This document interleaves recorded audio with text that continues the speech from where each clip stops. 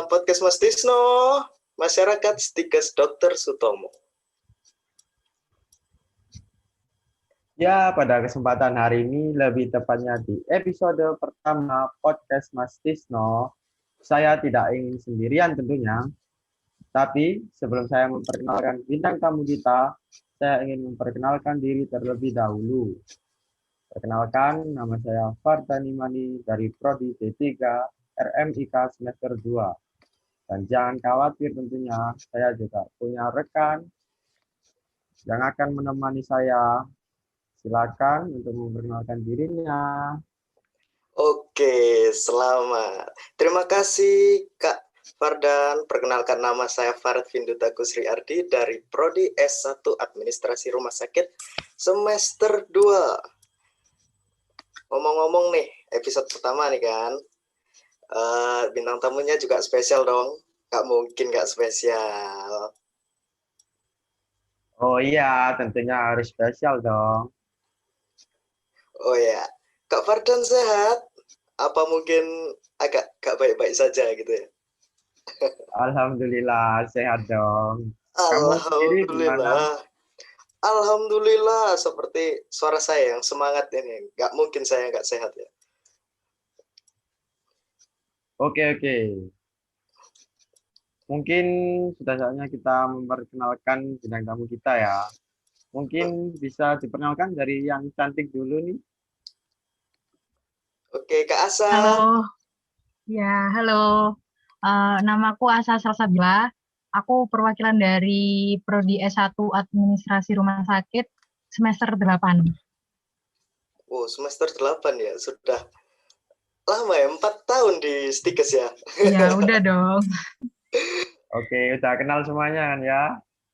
Saatnya sekarang yang ganteng ini. Silakan kakak.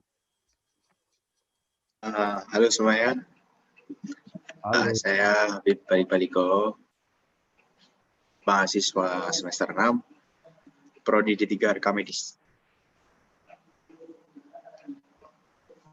Oke, tadi sudah memperkenalkan nama aslinya semua ya. Untuk Kak Anissa nih, mungkin ada nama panggilan atau nama hitsnya, tapi suka dipanggil apa? Ada sih, tapi kayaknya agak aneh gitu ya. Gak apa-apa, Micin. Kak. Gak apa-apa. Di sini kita terus terang aja. Biar asik gitu, biar lebih akrab. Namanya tuh, iya biasa dipanggil sama teman-teman micin. Wow, Unik juga ada, ya. iya lucu banget nih Maret. Apa ada alasannya tersendiri Kak kok dipanggil begitu? Ada. Jadi dulu waktu maba itu lagi gencar-gencarnya generasi micin. Terus nama aku kan Asa. Jadi disama-samain gitu loh. Sasa micin. Oh, Sasa micin. Oh, Sebut merek ya kita. Vetsin ya. Oke. Untuk Asik Kak Habib juga. sendiri nih, Kak Habib, ada panggilan khusus nggak ini? Atau nama-nama kece, atau nama-nama mantan terdahulu memanggil Kak Habib gimana itu?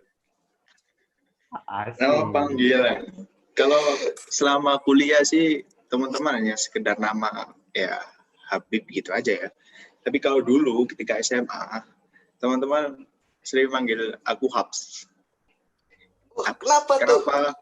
Kenapa? Karena itu nama sosial media aku, HABSB, follow Instagram ya. Oke, Wah, mungkin bisa promosi HABSB. sekalian ya. Iya dong. HBSB. Jadi kan di situ teman-teman manggil saya Habs. Jadi saya dulu SMA terkenalnya Habs. Tapi kalau kuliah biasanya dipanggilan nggak jelas sih. Kenapa? Karena ya kalau di kelas bikin kelakuan nggak jelas juga sih. Tapi itu bikin seru. Ya Iya. memang. Kalau hal-hal nggak Itu jelas itu terkadang juga membuat seru ya Kak ya. Ya benar. Tapi jangan dicontoh ya. Ya ini nih, ngomong-ngomong soal prodi nih, dari Kak Habib dulu. Untuk Kak Habib kan dengar-dengar tadi sudah perkenalan kan? Ya. Kan prodinya D3 nih. Mungkin bagaimana sih prodi D3 Rekam Medis itu? Apanya nih? Gimana apanya nih? Ya, rasanya mata kuliahnya berat atau enggak gitu. Sebenarnya sih ya, sebenarnya secara pribadi berat ya, secara pribadi. Kenapa? Karena dulu SMA-nya saya itu dari ilmu pengetahuan sosial, bukan dari ilmu pengetahuan alam. Jadi ibarat kata itu saya kembali lagi ke dunia yang baru. Tapi waktu semester 1 untungnya nggak langsung ketemu dengan yang namanya biologi yang anatomi tubuh segala macamnya. Kan masih diberikan dasar-dasar dulu waktu semester 1. Semuanya masih dasar dan masih ada bahasa Indonesia, masih ada matematika, masih ada agama dan lain-lain. Tapi begitu menginjak semakin tinggi level semester, ya mau nggak mau harus mengikuti dan ya meskipun hasil nilai ya maksudnya nggak maksimal ya masa tampang gini ya hasil maksimal nggak mungkin kan. ya, Tapi baik. di Prodi D3 secara materi atau secara mata kuliah emang saya kurang suka ya karena basicnya orang sosial ya bukan alam, tapi dosen-dosennya yang bikin tertarik. Kayak misalnya dulu dosen pertama dulu yang buat saya tertarik itu Bu Widi. Beliau cara ngajarnya sangat asik. Jadi cara menerangkannya itu benar-benar membuat mahasiswa yang bahkan di kelas saya itu ada banyak, ya nggak banyak juga sih, ada juga yang dari IPS, bahkan ada yang dari multimedia kalau nggak salah. Jadi nggak benar-benar bosen gitu kami ya, Kak, diajarkan. Iya benar banget, benar. Jadi kami diajarkan ya dengan cara beliau yang selalu keliling kelas. Ya gitulah, enak di Prodi D3. Seru. Oke, keren Kak jawabannya, bijak sekali. Oke, kan tadi Kak Habib sudah menerangkan kan ya untuk D3 RMIK itu apa sih? Sekarang coba deh Kak Asa mungkin menjelaskan kan dari Prodi S1 administrasi rumah sakit. Lah, di administrasi rumah sakit itu apa sih yang di Apa ya?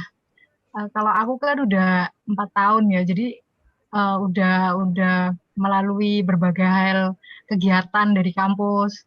Kalau sekarang, Semanis dunia kampus. ya bener itu bener. Eh, jadi udah sekarang lagi skripsi, jadi udah pernah ngelewatin masa KKN, terus PBL online, magang online, terus sekarang skripsi. Untuk S1 administrasi rumah sakit sendiri, untuk mata kuliahnya nggak seberapa berat sih kalau menurutku ya. Kalau selagi kita dosen-dosennya juga enak, enjoy, bikin mahasiswanya enjoy. Aku sih nyaman-nyaman aja, enak. Enak ya, mungkin agak karena dosennya juga cantik-cantik gitu, Bener, ganteng-ganteng. iya bener itu, bener. Tunggu, bentar ya. Kan tadi udah dijelasin dari masing-masing prodinya. Mungkin sekarang bisa tahu alasannya kenapa bisa memilih prodi itu. Iya, alasannya Kak HB milih D3 atau Kak Asa milih S1 administrasi itu mungkin ada alasan khusus gitu. Mungkin bisa Silakan diterangkan. dari Kak Habib dulu. Alasan ya. Alasan keren sih. Boleh cerita nggak sih? Boleh. Boleh ya. Jadi sebenarnya dulu saya itu anak yang suka bermain dengan digital. Apapun itu tentang digital, saya suka. Ya walaupun nggak ngerti tapi saya suka dengan digital. Nah, IT nih Nah, Kak. waktu ketika lulus SMA inginnya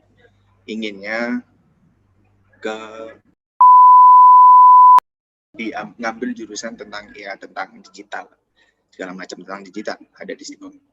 Nah, tapi sama keluarga agak dimiringkan gitu, maksudnya diarahkan ke arah kesehatan. Ya, aku ngerti sih, saya ngerti sih diarahkan kesehatan, cuman mereka ngiming bahasanya ngiming kayak nawari, kayak memberikan negosiasi gitu kayak negosiasi yang saya pasti akan masuk ke sana dan saya itu aja masuk rekam medis. Saya pikir kan rekam medis wah seru pasti ya, rekam medis merekam kegiatan medisnya kan, pikirku. Dulu awalnya saya rekam medis mungkin itu. Terus bude saya kan perawat, dikasih tahu gitu. Terus di rekam medis gue enak. Di situ kamu nanti bisa ngatur-ngatur berkas menggunakan komputer. Terus kamu diajari ya ada dunia digitalnya. Oke, tertarik kan, wah seru nih, tertarik. Terus akhirnya lihat di Google juga, ternyata ada Stikes. Bude juga menawarkan Stikes langsung. Setelah lulus, dulu alhamdulillah SNMPTN ya. Gini-gini juga SNMPTN, cuman nggak ditolak, cuman masuk SNMPTN ya. Jadi nggak SBM terus langsung, jadi SNM ditolak langsung ke Stikes. Makanya NIM saya 02 karena saya daftarnya pertama kali. Awal-awal ya. Awal-awal ya. Untuk terus akhirnya masuk. Terus akhirnya masuk dan ternyata ketika tes, apa yang kalian tahu rasanya? Tes ya kan, kalian tes GBT kan ya? Iya, gimana tuh? Tesnya kan ada tes angka-angka, nggak ngerti kimia mungkin ya, kayak tes kimia biologi nggak jelas. Mohon maaf nggak jelas ya, saya yang nggak saya paham ya, yang nggak saya paham dan ya nggak ngerti kenapa kok saya bisa masuk. Padahal waktu itu saya ngisinya, mohon maaf ya Bapak Ibu. Bapak Ibu dosen yang melihat, saya ngisinya ngerti sistem cap cip cup kembang kucuk ya sih. Iya itu yang saya lakukan. Ya itu sama ya itu ya akhirnya masuk. Tapi terus ketika masuk untuk menghilangi kebosanan saya di rekam medis ya akhirnya saya masuk di organisasi. Untungnya ada organisasi. Jadi bagus di organisasi, pendidikan ya nggak tahu lah kayak gitulah ya. Tapi seru di rekam medis, itu alasan saya masuk. Untuk Kak Asa sendiri, apa nih alasannya nih? Kalau alasan ya, kalau ditanya alasan itu pasti sama kayak Habib. Jadi udah pernah keterima SNM, tapi ternyata waktu daftar nggak keterima, terus sempat ikut SBM, terus akhirnya nggak terima.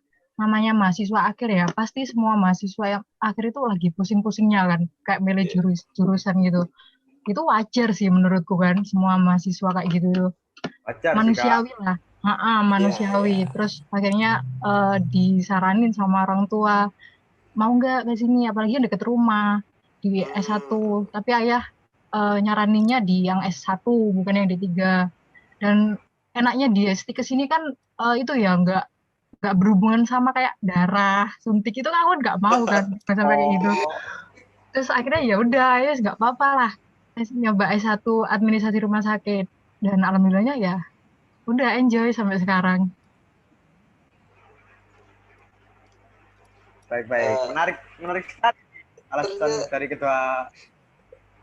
Lucu juga ya, alasannya nggak ada yang mau ini terlibat dengan darah atau suntik. Sama, saya pun juga. Kan ngomong-ngomong masih masuk alasan nih. Apa sih yang membuat tertarik untuk masuk di D3 rekam medis ataupun S1 administrasi rumah sakit? Mungkin Kak Asa dulu nih. Apa sih yang membuat tertarik? Yang tertariknya itu ya pertama itu karena orang tua pengennya di S1 langsung gitu kan. Kalau di D3 itu sebenarnya bisa nanti transfer ke S1, tapi di mana ya, jauh pokoknya di daerah luar kota Surabaya. Nah, akhirnya aku pilih S1 kan. Terus yang bikin tertarik selama ini aku kuliah itu apa ya? Ya itu kita itu kayak bisa belajar meskipun aku dari IPA dan di sini tuh banyak manajemennya, tapi ya enjoy aja, nggak sampai yang benar-benar neken mahasiswa itu enggak.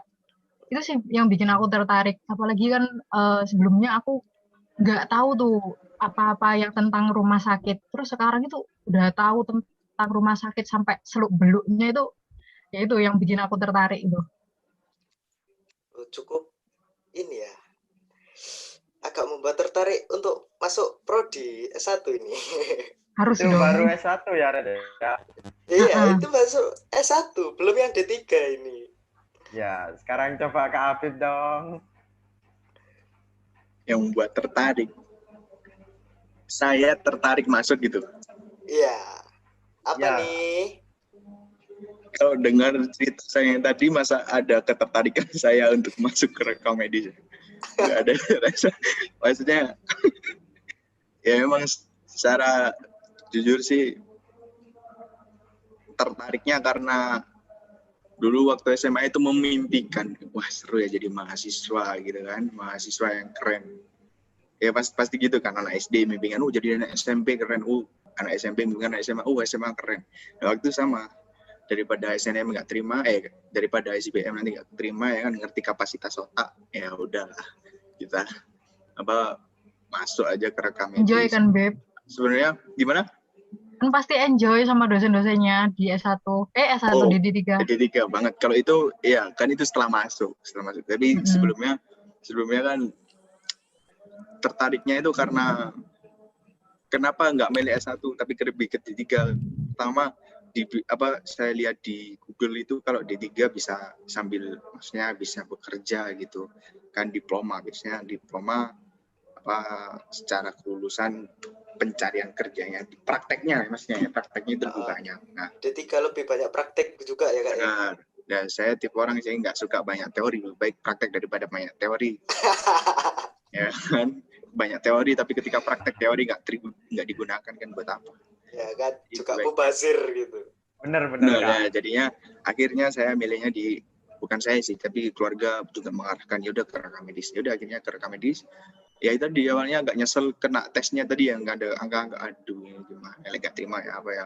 Dan akhirnya keterima juga sih alhamdulillah. Terus akhirnya masuk, ya yang bikin lebih tertarik lagi dosen-dosennya sih yang luar biasa. Dan alhamdulillah sampai akrab dengan Eyang Sri. Beliau sangat bantu banget sih. Kan saya minus di coding ya, maksudnya saya nggak jago coding banget sih. Tapi Eyang Sri bantu sekali dalam mengcoding. Dan untuk gimana, boleh nggak sih ngomong untuk almarhum Dr. Truli, beliau kan juga mengajarkan kami dulu di di mata kuliah. Dulu beliau mengajarkannya sangat sabar banget beliau. Teringat sekali beliau akrab ya, hampir akrab sama beliau saya. Saya hampir akrab sama beliau dan kenangan ya Kak ya. Banget. Saya hampir akrab banget sama beliau. Ya itu takdir Tuhan ya. Beliau sudah dulu. Kita berdoa bersama aja untuk beliau supaya beliau diterima aja. Dan amin. Mungkin teman-teman yang mendengarkan podcast ini bisa mengirimkan doa ke dosen, ya Dr. Truli. Ya. Biar amal ibadahnya diterima di sisi Allah Subhanahu wa Ta'ala. Tuhan Yang Maha Esa. Jadi dosen yang berpengaruh buat saya sih Dr. Truli dan Bu Widi, karena beliau berdua yang membantu, almarhum Dr. Truli dan Eyang Sri yang membantu saya untuk belajar coding. Itu sampai akhirnya saya bisa ikut lomba coding, ya walaupun gagal sih. Tapi saya dipercaya untuk lomba coding akhirnya. Ya, gagal. Baik. Apa sih Kak? Sebuah kebanggaan itu. Iya, siap. Nah, ini kegiatannya nih. Ya gimana Kak Fardan? Ya, ini kan ngomong-ngomong soal tadi udah alasan dong. Sekarang pasti lagi sibuk apa gitu, mungkin bisa dijelaskan. Siapa nih? Kak Asa dulu. Ya. Kesibukannya apa nih Kak Asa? Aku sekarang sibuk skripsi. Kalau semester 8 kan skripsi. Jadi kalau di Stikes itu rangkaian kegiatannya nanti semester 5 yang S1 KKN. Lalu semester 6 PBL, semester 7 magang, semester 8-nya skripsi. Jadi aku sekarang lagi sibuk skripsi. Tuh. Itu untuk S1 ya Kak ya? S1. Untuk yang D3 nih Kak Habib, apa nih kegiatannya? Kalau untuk kuliah sih mungkin sama dengan Kak Asa ya, karena kan kalau D3 hanya 3 tahun, jadi angkatan saya insya Allah akan lulus barengan dengan angkatannya Kak Asa. Ya sama, kami juga sibuknya lagi KTI ya kalau D3 ya, karya tulis ilmiah. Jadi enggak hanya KTI sih kami D3. Untuk saat ini kami juga lagi nunggu PKL 2. PKL 2 belum ada informasi dari Puskesmas. Jadi kami menunggu kabar PKL 2 dan ya cari-cari bahan untuk KTI. Oh, kamu Gimana PKL di sih? rumah sakit, Beb? Iya. Gimana Kak? PKL di rumah sakit. Oh sudah, kalau PKL di rumah sakit sudah, di Puskesmas belum. Jadi kami nunggu Puskesmas, apa sih namanya? Bangkesmas ya. Ngomong-ngomong tentang PKL nih Kak, kan Oke. PKL kan Kakak mungkin sudah merasakan PKL offline ya, sama online. Itu Oke. bedanya apa sih Kak? Online sama offline gitu. Saya nih atau Kak Asa? Ya Kak Habib dulu, Kak Habib Habib dulu. dulu. Kak Habib. PKL sebenarnya kalau disuruh milih ya antara PKL offline sama online, saya lebih tertarik yang offline. Mungkin semua orang juga berpikiran gitu sih. Kenapa kalau offline? Karena ya saya kan tipe orang yang suka bersosial secara langsung ya, maksudnya menambah wawasan dan menambah teman juga kan kalau kita berteman. Langsung interaksi gitu ya Kak ya. Benar, ya gitu. Dan lebih gampang dalam mencari masalah. Ini bukan maksud negatif ya, maksudnya di D3 itu kan ketika laporan, maksudnya setelah saya PKL itu kan diwajibkan untuk membuat laporan. Nah, laporannya itu diharuskan coba cari masalah di unit rekam medis terutama, apa sih yang bisa diambil masalahnya, terus apa yang bisa diberikan solusinya. Jadi nggak hanya ambil masalah terus kritik gitu, enggak. Tapi kita juga harus diwajibkan memberikan solusinya itu seperti apa. Nah, kalau di online, sebenarnya ada enaknya juga. Enaknya kenapa? Bisa santai-santai gitu. Enaknya cuman itu. Cuman nggak enak. Ya, cuman nggak enaknya. Malesnya jadi 1000 kali lipat. Itu sih bedanya. Ngomong-ngomong PKL offline kan ini bisa interaksi. Apa sih yang buat nggak enak? Yang buat nggak enak PKL offline, ya apa sih? Yang buat nggak enak ya? Ini sih dimarahi sih. Dimarahi siapa tuh Kak? Iya, dimarahi petugasnya. Dulu saya, ya curhat nih jadinya. Dulu saya itu pernah dimarahi juga karena hanya karena alasan tidak mencatat saja sih. Itu sebenarnya juga penting buat teman-teman yang lain, belajarlah mencatat teman-teman. Ya, meskipun daya otak kita ingatnya cepat, cuman jangan mengandalkan itu. Saya orangnya gitu banget sih. Mentang-mentang ya ingat, tapi akhirnya lupa. Akhirnya tanya, terus akhirnya beliau marah ya. Akhirnya ya, terus saya curhat ke dosen pembimbing, dimarahi lagi. Oke, 2 kali marah akhirnya. Kata lainnya gini ya Kak ya, teruslah mencatat meskipun tulisanmu jelek. Benar. Kau ngerti kamu tulisanku jelek? Wah. Sama, tulisan saya juga jelek Kak. Sama aku juga kok Kak. Gak apa-apa, kita semua di sini jelek tulisannya. Wah, dapat ilmu nih dari pengalamannya Kak Habib ya. Mungkin dari Kak Asa sendiri ada ya pengalaman yang bisa dibagi? Apa ya, kan sekarang skripsi. Kalau skripsinya sekarang kan online ya. Jadi yang sempat offline itu di semester 5 itu KKN. KKN itu offline di masyarakat. Dan alhamdulillahnya itu H plus 2 minggu setelah KKN kelar itu ada COVID-19 corona. Terus ya udah kan, terus habis KKN terus semester 6-nya magang. PBL. PBL ini mulai online. Terus semester 7 magang online. Kemarin habis selesai magang online. Terus sekarang lagi sibuk-sibuknya skripsi. Jadi apa ya? Bentar, kalau Kak. Ya. Kan tadi Kakak menyebutkan PBL. PBL itu sendiri apa sih, Kak?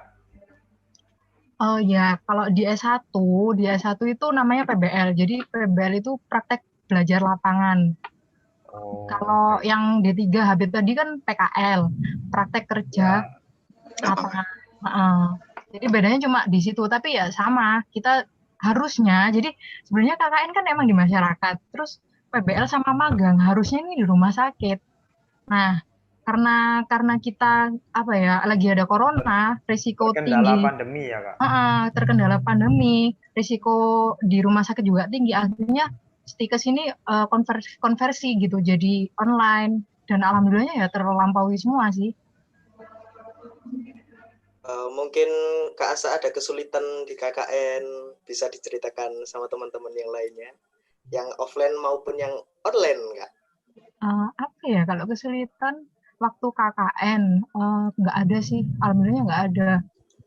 Nggak ada KKN tuh nggak ada sulit-sulitnya kok. Kita enjoy aja kan, kita belajarnya nggak di kelas tuh, jadi nggak bosen di luar ketemu orang-orang banyak. Terus yang waktu PBL online juga alhamdulillah nggak ada kendala. Tapi ada sih kendala sedikit kayak dosen, kan pasti dosen pembimbing kita nggak on time gitu kan. Kita juga nunggu responnya, nggak, kan namanya mahasiswa pengen cepet, udah mari gitu kan, udah selesai. Nah, kalau dosennya itu ya mungkin slow respon, tapi kan balik lagi itu sudah sudah capai targetnya lah. Terus habis PBL online, magang online kan. Kalau yang kemarin ini, alhamdulillah juga nggak ada sih, nggak ada kendalanya. Alhamdulillah, lancar-lancar saja ya Kak ya? Lancar. Yang penting dinikmati aja ya Kak. Bener. Enjoy. Asikin aja. Nah, untuk persiapan nih, kan PKL nih, kan mau PKL 2 nih Kak Abe. Persiapan apa saja sih yang dipersiapkan? Selain mental untuk dimarahi ya Kak ya? Nggak akan dimarahi sih, karena online ya. Online. Alhamdulillah. Bener juga. Ya, online. Jadi ya yang jelas persiapannya apa ya? Saya nggak merasa mempersiapkan apa-apa sih. Oh ya, mungkin yang jelas laporan sih, karena jangkanya lebih pendek ya. Cuman berapa bulan lagi sudah ini apa itu namanya, seminar proposal, sempro. Jadi jangkanya pendek gitu. Maksudnya ya harus cepat-cepat buat laporan juga. Jadi teman-teman, mungkin saya rasa teman-teman yang angkatan saya yang KTI, maksudnya yang semester akhir di D3 Prodi, maksud saya Prodi D3, itu mempersiapkan yang sama, kayak persiapan laporan buat PKL 2 maksud saya. Jangkanya pendek banget soalnya. Selain enak untuk online, jangkanya juga pendek ya Kak ya? Terpotong waktu. Iya, benar. Tunggu Faret. Aku lagi kepo nih. Kepo apa tuh? Ya, tahu sendiri kan aku juga dari D3 nih. Cuma mau tanya yang tadi disebutin sama Kak Abid, itu maksudnya apa ya Kak? Seminar proposal yang saya pahami ya, yang saya tahu sempro itu kayak kita mempresentasikan proposal untuk penelitian kita nanti itu seperti apa, kita taruh maksudnya kita jelaskan di proposal penelitian namanya ya kan. Nah, nanti di sempro itu kita mempresentasikan di dosen penguji, kalau nggak salah ya, nanti tolong dibenarkan Kak Asa kalau saya salah. Jadi diuji oleh dosen penguji, dan seandainya tema maupun judul yang kita ambil itu sudah sesuai, maksudnya kita mampu untuk meneliti secara kemampuan kita itu bisa, akan dilanjutkan. Kalau seandainya tidak ya mungkin akan ada revisi lagi. Tapi doakan ya, kami semua, baik Kak Asa juga skripsi KTI lancar semua ya. Doakan ya teman-teman. Amin. Amin kan Faret. Amin. Oh iya, makasih. Saya Mas selalu amin. Kak Asa, kan Kak Asa sudah ini nih KKN, PBL, magang. Kan mungkin untuk adik-adiknya yang S1, persiapan apa sih Kak untuk ini menghadapi PBL, KKN, terus magang? Itu apa sih yang dipersiapkan? Kalau persiapan ya, kalau misal awal KKN nih, yang kita S1 kan pasti nanti KKN dulu ya. Semoga corona cepet hilang biar kalian semua juga ngerasain KKN offline gitu ya. Kalau KKN offline kemarin sih aku persiapannya ya lebih ke misal nyari tempat KKN-nya dulu. Jadi kita tahu tuh tempat KKN-nya, lokasinya, terus kegiatan-kegiatan apa. Oh iya, yang paling penting itu itu harus baca-baca laporan dulu dari cutting. Kalau aku ya menurutku itu baca-baca dari laporan cutting atau kakak tingkat yang tahun kemarin tuh membantu banget. Jadi kita ada gambaran dari situ kita, oh ternyata KKN itu kayak gini di masyarakat, gini-gini di posyandu dan lain-lain. Itu kalau KKN. Meskipun KKN misal PBL atau magang. Jadi itu membantu banget sih kalau kita baca-baca laporan dulu dari kakak tingkat, nyari-nyari referensi dulu kayak gitu. Itu persiapan awal yang aku lakuin sih. Kalau waktu hari H sih aman-aman aja, pokoknya ngerti teman kita siapa, terus dosen pembimbing kita siapa, persiapan dari situ udah cukup menurutku. Baik. Terima kasih Apa Kak ya? mau menjelaskan. Karena aku KKN pernah offline, terus udah ekspektasi tuh, udah mikir wah enak ini, aku bakalan ke rumah sakit, bakalan tahu isi rumah sakit, wes udah pikiran kayak gitu kan. Gitu nggak sih trennya? Selalu cari yang Biasanya satu gitu. kelas. Kalau Kenapa kok cari harus yang satu satu kelas gitu, kampus Kak? itu nggak enak. Nggak bisa cari yang lain. Bentar, aku mau tanya. Kenapa kok harus sekelas gitu, Kak? Lu nggak tahu saya, trennya kan seperti itu biasanya. Meskipun dari SMA pun biasanya mesti satu kelas. Oh, Biar gitu. bareng-bareng mungkin. Iya, Atau iya mungkin mungkin.